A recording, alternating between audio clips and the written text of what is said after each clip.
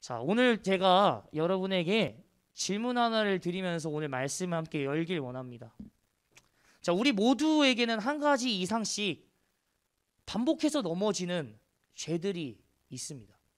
우리는 분명 하나님의 자녀인데 왜 자꾸 그 반복되는 죄 때문에 넘어지게 될까요? 우리 왜 넘어질까요? 제가 전도사로서 사역을 막 처음 시작할 때가 있었어요. 처음에는 열정과 막 패기가 가득해가지고 뭐든지 열심히 하고 뭐든지 최선을 다하려고 할 그럴 때가 있었어요. 뭐 지금은 안 그런다는 게 아니라 처음에는 그렇게 열정적으로 했지만 시간이 지남에 따라서 그 열정도 식어지고 지치게 되면서 어느 날부턴가 교회에 있는 것이 굉장히 답답하고 허무하게 느껴질 때가 있었어요. 오히려 같은 또래의 친구들이 놀러 다니는 것을 보며 좋아하고 부러워했었죠. 이 부러워하는 마음이 결국 조금씩 커지더니 어느 순간 저도 모르게 주일 사역을 앞두고 토요일 저녁에 일탈을 하게 된 적이 있었습니다. 제가 후회했을까요? 노는 과정 속에서? 후회 안 했습니다. 너무 재밌었고 너무 즐거웠고 그리고 토요일을 밤새서 보낸 다음에 주일날 예배를 드렸죠. 그럼 여러분 질문하겠습니다. 예배가 잘 드려졌을까요? 당연히 잘 못 드렸죠. 계속 졸았습니다. 사역을 잘 할 수 있었을까요? 당연히 사역 잘 못했죠. 말씀을 온전히 잘 전할 수 있었을까요? 제가 밤새도록 놀다 왔는데 어떻게 앞에 있는 아이들에게 너희들 주일 성소 똑바로 드려야지 라고 할 수 있겠어요? 당연히 그날 사역 완전히 세상 말로 하면 망쳤어요.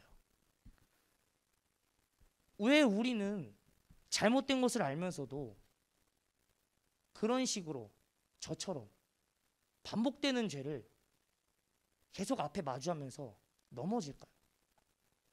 왜 믿음과 현실 사이를 고민하다가 믿음 없는 행동을 우리는 하게 되는 것일까요? 오늘 하나님께서 저와 여러분에게 한 사람을 소개해 주면서 그 문제의 해답을 말씀해 주고 계십니다. 우리 함께 본 말씀 읽어보도록 하겠습니다. 창세기 26장에서 1절에서 6절 말씀까지 우선 한번 읽어보도록 하겠습니다. 우리 함께 읽어보도록 하겠습니다. 시작. 아브라함 때에 첫 흉년이 들렀더니 그 땅에 또 흉년이 들매 이삭이 그랄로 가서 블레셋 왕 아비멜렉에게 이르더니 여호와께서 이삭에게 나타나 이르시되 애굽으로 내려가지 말고 내가 내게 지시하는 땅에 거주하라. 이 땅에 거류하면 내가 너와 함께 있어 내게 복을 주고 내가 이 모든 땅을 너와 내 자손에게 주리라. 내가 내 아버지 아브라함에게 맹세한 것을 이루어 내 자손을 하늘의 별과 같이 번성하게 하며 이 모든 땅을 내 자손에게 주리니 내 자손으로 말미암아 천하 만민이 복을 받으리라. 이는 아브라함이 내 말을 순종하고 내 명령과 내 계명과 내 율례와 내 법도를 지켰음이라 하시니라.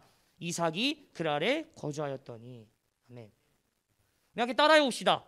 믿음은 순종할 때 일어납니다. 네. 오늘 성경 본문에서 보면요, 이삭이라는 주인공이 딱 등장합니다. 이 이삭이 거주하는 땅에 어느 날 흉년이 들었어요. 당시 이 지역에는 물을 공급할 수 있는 수로나 강이 없었기 때문에 거의 비와 이슬과 같은 자연에 의지할 수밖에 없는 그런 땅이었다는 거예요. 이런 땅의 흉년은요, 생명에 직결되는 문제고요. 이런 부분에서 이삭은 자기 혼자 사는 게 아니라 가족들과 식솔들과 같이 살고 있었단 말이에요. 지금 당장 먹을 게 없고 지금 당장 배고파 굶어서 죽게 되는 상황인데 이삭은 어떻게 할 수 있었을까요? 이삭은 자신의 목숨과 가족들의 목숨과 식솔들의 목숨을 위해서 곡식과 땅이 비옥한 이집트로 눈을 돌리게 됩니다. 그러나 여기서 문제가 있었죠. 이집트는 하나님께서 아브라함 때부터 원치 않았던 땅이었어요.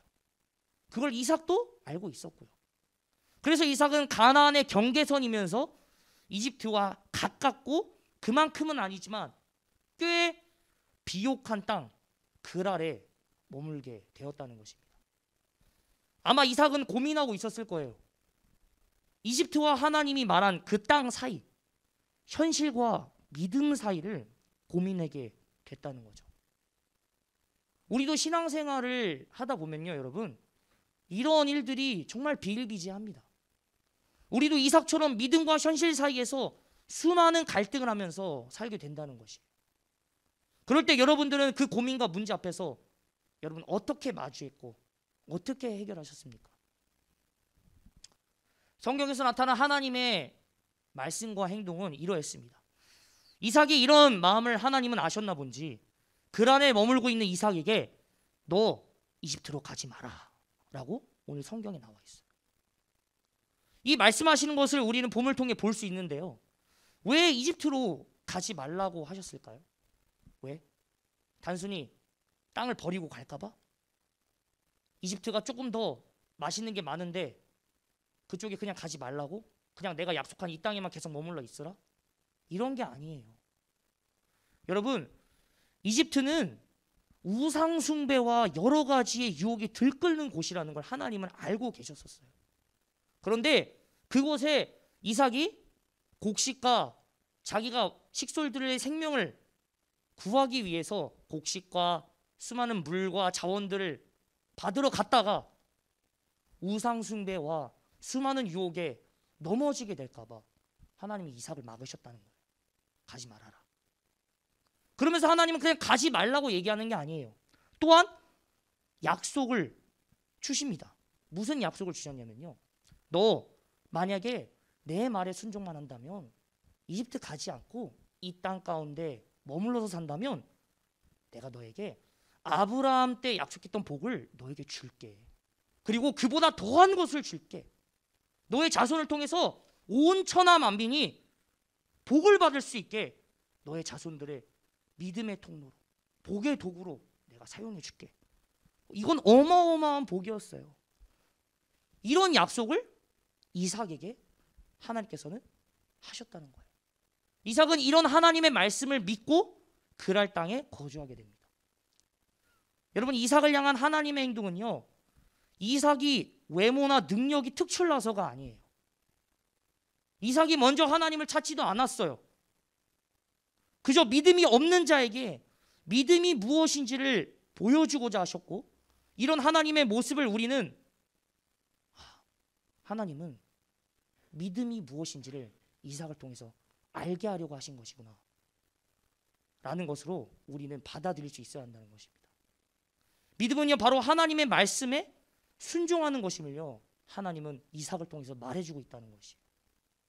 우리도 교회를 다니다 보면요, 눈앞에 보이는 상황과 환경 때문에 신앙과 믿음 사이에서 고민할 때가 있어요. 그러나 우리가 그리스도인으로서 살길 원한다면요, 여러분, 믿음은 말씀을 순종할 때 일어난다는 것을 여러분 잊지 마시길 바랍니다. 아멘. 여러분, 말씀을 또 이어서 읽어보도록 하겠습니다. 창세기 26장 7절에서 11절 말씀입니다. 창세기 26장 7절에서 11절 말씀 우리 같이 읽어보도록 하겠습니다. 시작. 그곳 사람들이 그의 아내에 대하여 물으매 그가 말하기를 그는 내 누이라였으니 리브가는 보기에 아리따움으로 그곳 백성이 리브가로 말미암아 자기를 죽일까 하여 그는 내 아내라 하기를 두려워함이었더라. 이삭이 거기 오래 거주하였더니 이삭이 그 아내 리브가를 껴안은 것을 블레셋 왕 아비멜렉이 창으로 내다본지라. 이에 아비멜렉이 이삭을 불러 이르되 그가 분명히 너의 아내이거늘 어찌 내 누이라 하였느냐. 이삭이 그에게 대답하되 내 생각에 그로 말미암아 내가 죽게 될까 두려워함이었으로다. 아비멜렉이 이르되 네가 어찌 우리에게 이렇게 행하였느냐. 백성 중 하나가 내 아내와 동침할 뻔하였도다. 네가 죄를 우리에게 입혔으리라. 아비멜렉이 이에 모든 백성에게 명하여 이르되 이 사람이나 그의 아내를 범하는 자는 죽이리라 하였더라. 아멘. 우리 두 번째로 한번 따라해 봅시다. 믿음은 하나님께 있습니다. 아까 이삭이 하나님께서 너를 통해서 내가 복을 줄게, 네가 말씀에 순종만 한다면 아브라함의 복을 주고 더 나아가서 천하 만민이 너를 통해 복음의 통로가 될 수 있게 내가 복을 줄게 라고 분명히 말씀하셨죠. 그리고 이삭은 이 말씀을 아멘 하고 붙들고 그랄 땅에 있었어요. 그런데요, 약속을 다짐하고 하나님의 말씀을 지키겠다, 믿겠다 다짐하고 그랄 땅에 머물렀었는데요. 이삭이 시간이 지나면서 그곳의 상황과 현실 때문에 다시 한번 고민에 빠지게 되는 모습을 오늘 본문 말씀을 통해서 볼 수 있습니다. 바로 무엇이었냐? 아름다운 아내를 소유하게 되면 목숨의 위협을 느껴야 하는 이 현실 앞에서 이삭은 자신의 목숨과 아내의 목숨을 살리기 위해 자기 나름대로 판단해서 아내를 누이라고 속이게 됩니다. 그런데 여기서 웃긴 것은 속였으면 끝까지 속였어야지. 그래도 자신의 아내가 좀 보고 싶어서였을까? 몰래 뒤에서 만나서 애정 행각을 하다가 그랄 사람에게 걸리게 됐다는 것이죠. 근데 하필 걸렸는데 누구였어요?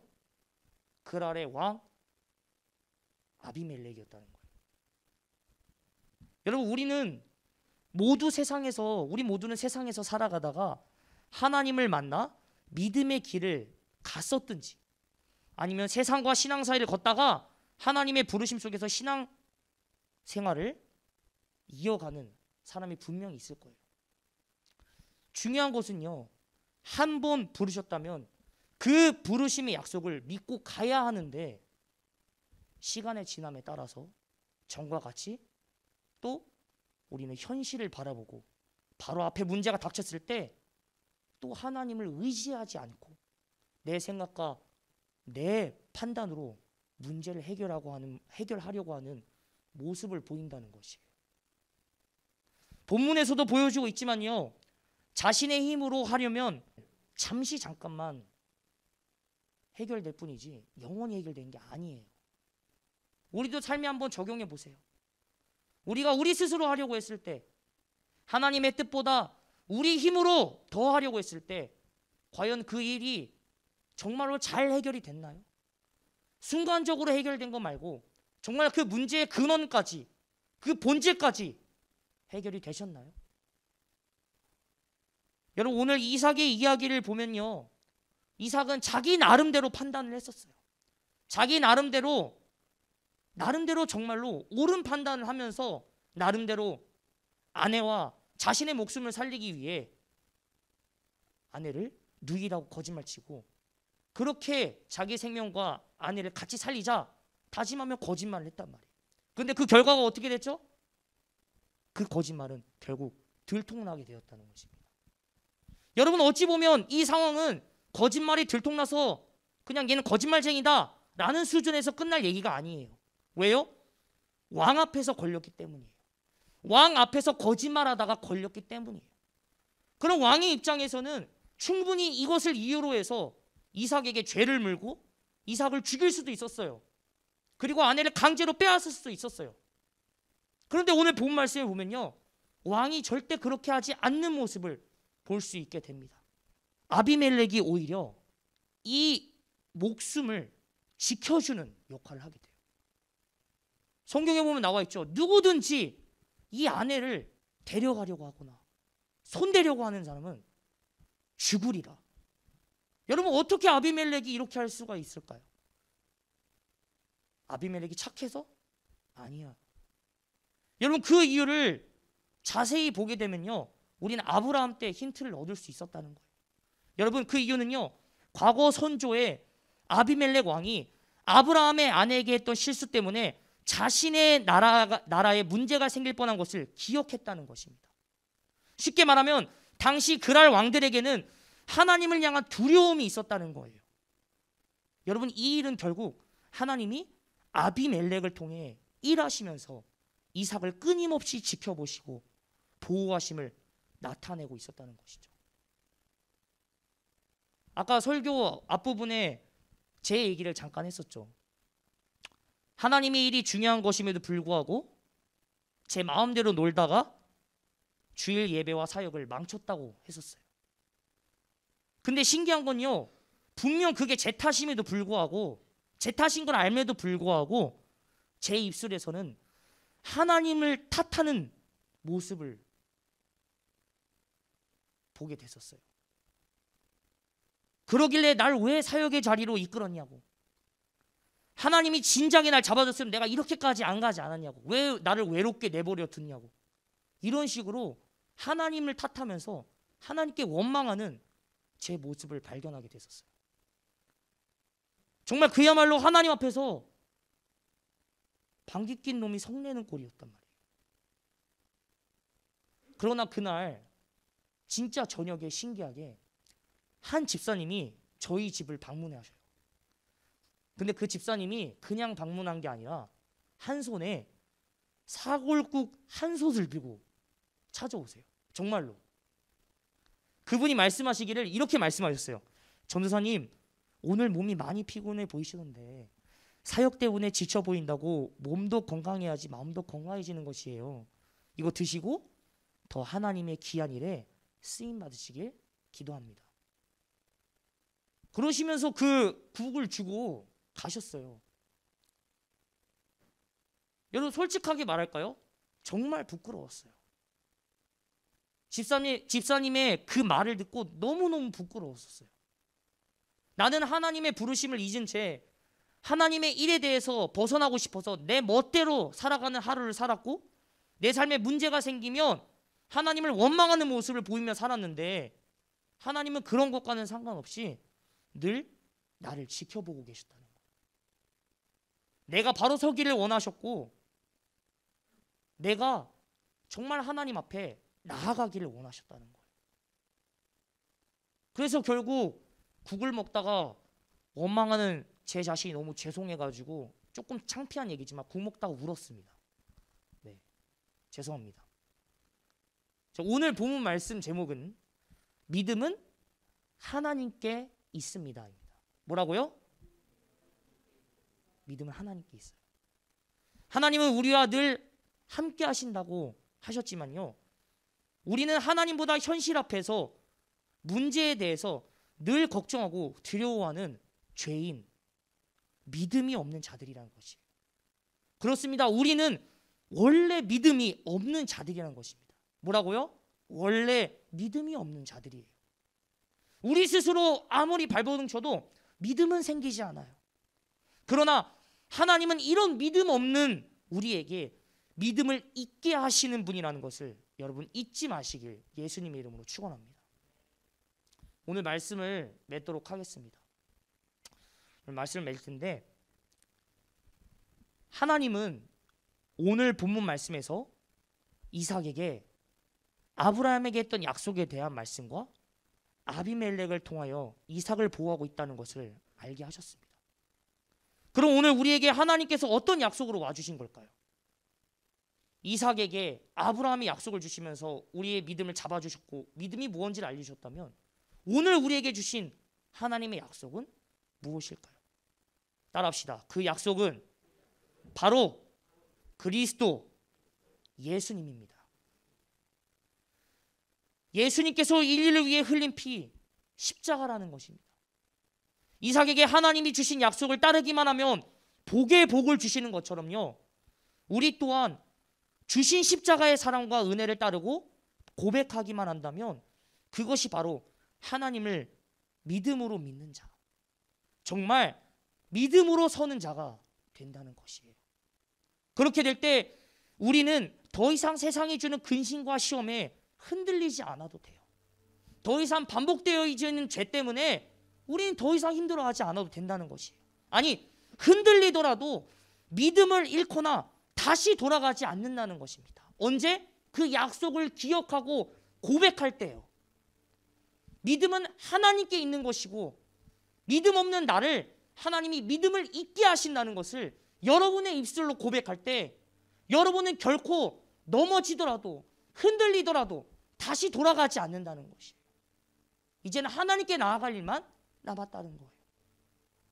그렇기 때문에 여러분은 이 시간 우리 기도할 때 어떻게 기도했으면 좋겠냐면, 내가 스스로 하는 것이 아니라 모든 것은 하나님께 있음을, 그리고 이런 부족한 나를 하나님이 영원히 부르시고 사랑하신다는 사실을 여러분 고백하시길 바랍니다. 아멘.